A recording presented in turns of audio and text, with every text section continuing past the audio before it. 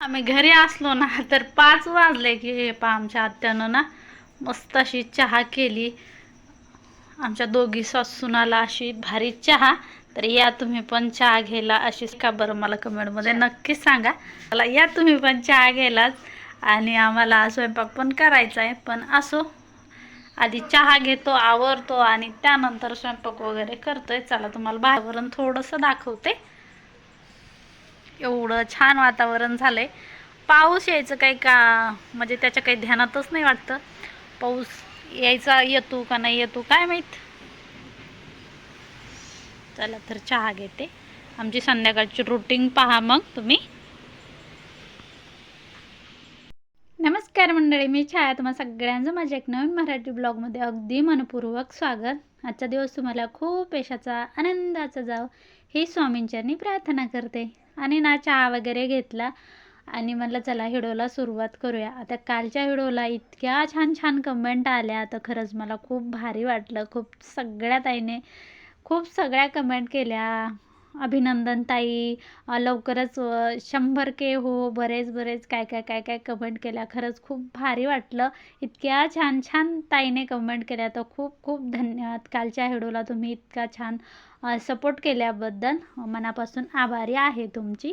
तर माझी सकाळची रुटीन तुम्ही पाहिलीच, पण मी आज तुम्हाला माझी संध्याकाळची रुटीन शेअर करणार आहे. मी मागच्या व्हिडिओमध्ये सांगितलं होतं की वावरातून आल्यावरती आमचं कसं रुटीन असतं तर तुमच्यासोबत शेअर करीन. पण सध्या वावरात कामं नाही, तर म्हणलं चला कामं नाही म्हणून काय झालं, जी रुटीन वावरातून आल्याच्या नंतर राहते ती आता पण असते.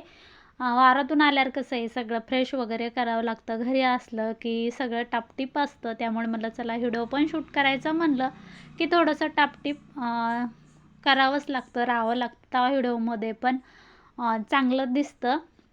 आणि यूट्यूब तात्याला पण आवडतं. यूट्यूब तात्या पण गोरगरीब श्रीमंत वगैरे पाहतो. आमच्यासारखे गोरगरिबांचे व्हिडिओ त्याला काही जास्त पळावं वाटत नाही. त्यामुळे मला थोडंसं टापटीप घरदार पण होतं आणि व्हिडिओ पण शूट करायला भारी होतं. तर आम्ही दोघी सासूनाचं चाललं आहे, कोणी भाजी करायची तर कोणी भाकरी करायच्या. पण आज ना थोडासा स्वयंपाक करायचा होता. हे दोघं बी भाऊ गावामध्ये भंडारा होता, तिथं जेवायला गेले. आम्ही दोघीच सासूनाचा स्वयंपाक आहे. काय करू काय करू याच्यातच 1 तास गेला. म्हटलं चला काहीतरी बनवूया, थोडं का होईना पोटाला तर लागतं ना खायला. पण मग काय केलं, मग आत्या म्हणल्या की सातळ कर. आणि बऱ्याच ताईने मला सातळची रेसिपी विचारली पण होती, पण मला नाही, सातळ नाही करायचं. आज आपल्याला गोबी करूया, एकदम कोरडी गोबी. पत्तागोबी असती ना ती.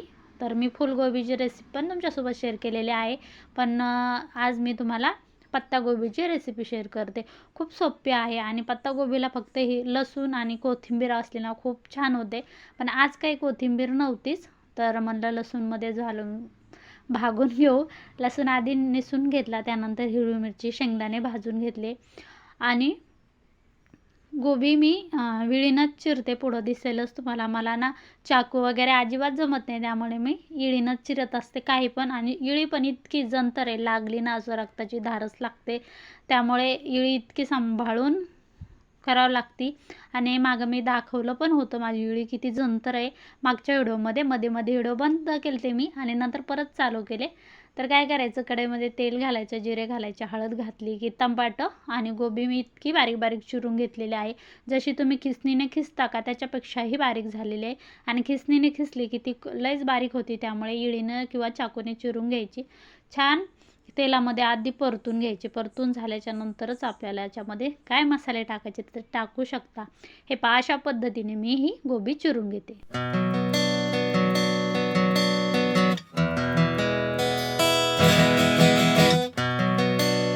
गोबी चिरून झाली, छान परतून झालेले आहे. आता जे मिक्सरमधून मी तिखट काढलं होतं ना, शेंगदाणे, लसूण, हिरवी मिरची आणि मीठ, आता हे मी जास्त बारीक नाही काढलं, आबडधोबडच काढलं. 2-3 गरके मारले आणि अगदी थोडंसं पाणी टाकलं आणि हे शिजत घातलेलं आहे. खूप छान होते. तुम्ही पण एकदा नक्की करून पाहतायनो. जर घरामध्ये कोणाला आवडत नसेल तर इतकी छान होते गोबी ना. कुठं तुम्ही प्रवासाला गेल्या, कुठं शेतामध्ये, तर माझं शेतामध्ये जाते तर शेतामध्येच येतं. कुठं फिरायला गेल्या तर ही कोरडी गोबी नेऊ शकता. आणि याच्यासोबतच तुम्ही सातळ जसं बनवताना तसं मी तुम्हाला एकदा नक्की बनवून दाखवेल. सातळ पण कसं बनवायचं. बऱ्याच ताई म्हणतात ताई सातळची रेसिपी पण द्या.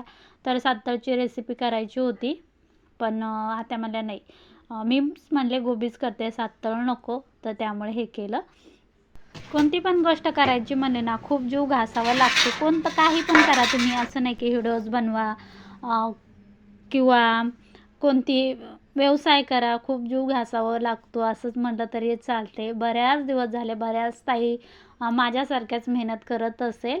माझ्या मैत्रीण पण आहे, तर तिचं मी हे टॅग करेल, काय तिची आय डी टॅग करेल, तुम्ही जाऊन पाहू शकता. इतके छान छान व्हिडिओ आहेत ना, असं नाही की व्हिडिओ असे तसे आहेत, खूप सुंदर व्हिडिओ आहेत. देवपूजा, खूप सगळ्या माहिती सांगते, तिची शॉपिंग दाखवते, बरंच काय काय दाखवते. तरी तर तिला जास्त जसा प्रतिसाद पाहिजे तसा प्रतिसाद भेटत नाही आणखीन. आणि खूप मेहनत आहे बरं हे यूट्यूब चॅनलसाठी.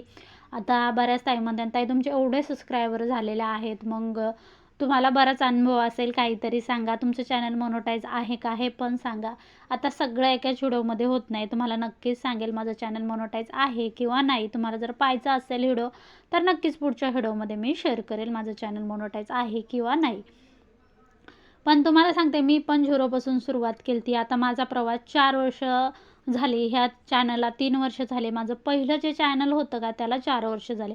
माझं पहिलं चॅनल मी मोनोटाईज केलं. मोनोटाईज केल्याच्यानंतर एक पेमेंट घेतलं असून त्याच्यानंतर एक पेमेंट घेतलं, त्यावर मला काही माहिती नव्हतं की म्हणजे असे कोणाचे लोकांचे व्हिडिओ टाकले तर कॉपीराईट येतं.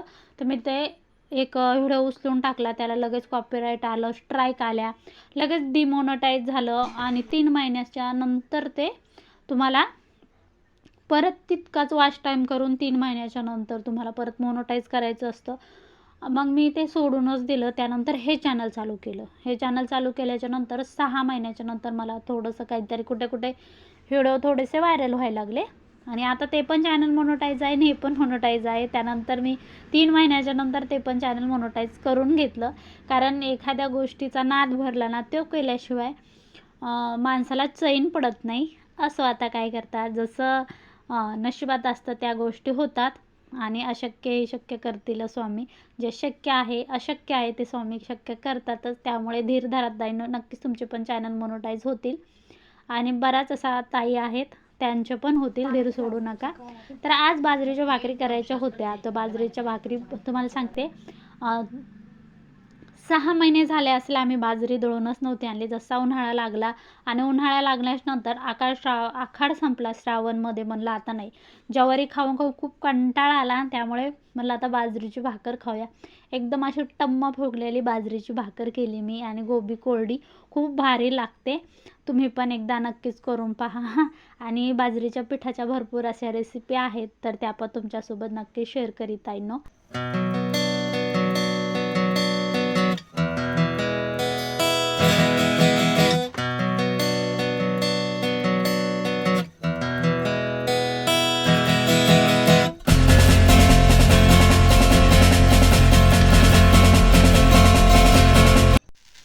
सकाळचा ढवळा भात होता, तर तो पुरतून घेतलाय, मस्त तेलमीठ टाकले. आणि इकडं आज आम्ही दोघीच सासूनं जेवायला आहे. तर मस्त अगदी थोडीशीच अशी गोबी बनवली टमाटर वगैरे टाकून, आणि दोघी सासूनाला अशा भाकरी बनवल्या. दोघीला 3 भाकरी बनवल्या आम्ही. एक अर्धी शिल्लक पाहिजे, कोणी ना कोणीतरी येतं, कुत्रं मांजर काही पण असतं. त्यामुळे भाकर, गोबीची भाजी आणि अशी परतलेली खिचडीच म्हणू शकता. तर असं आहे आजचं आमचं संध्याकाळचं जेवण. तर आम्ही जेवण करतो आणि पुढची रुटीन तुमच्यासोबत शेअर करते. आणि आमच्याबरोबरच आमची गाय आणि वासराला असे गोळे बनवलेत चपातीचे पिठाचे, गव्हाच्या पिठाचे, चपातीच्या पिठाचे आणि गव्हाच्या पिठाचे.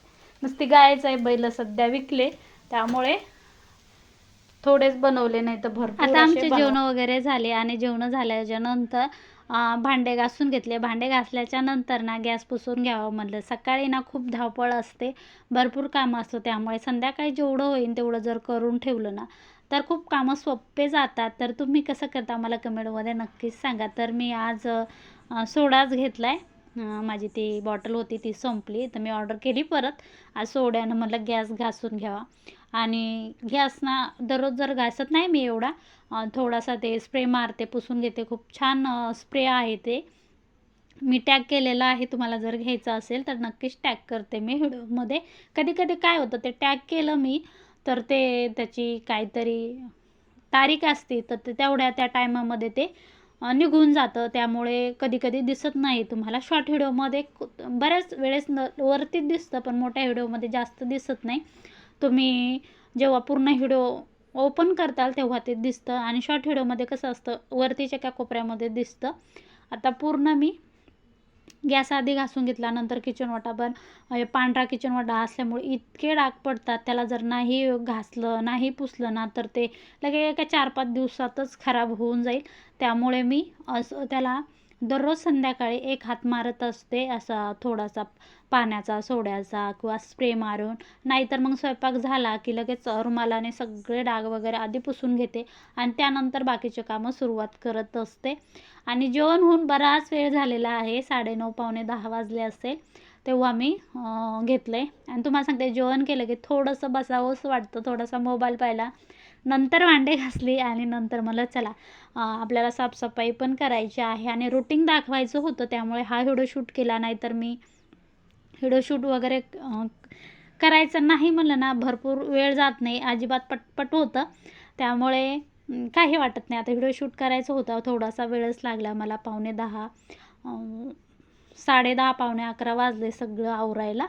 कारण आज थोडासा उशिराच भांडी घासली आणि उशिराच गॅस पुसायला घेतला. थोडंसं बसलो आम्ही, सगळे बसत असतो थोडंसं जेवण वगैरे झाल्याच्या नंतर. आणि सगळं घासपूस झाली, घरदार पुसल्याच्या नंतर फायनल लुक कसा दिसतो चला तर तुम्हाला दाखवते. खरंच खूप सुंदर वाटतंय.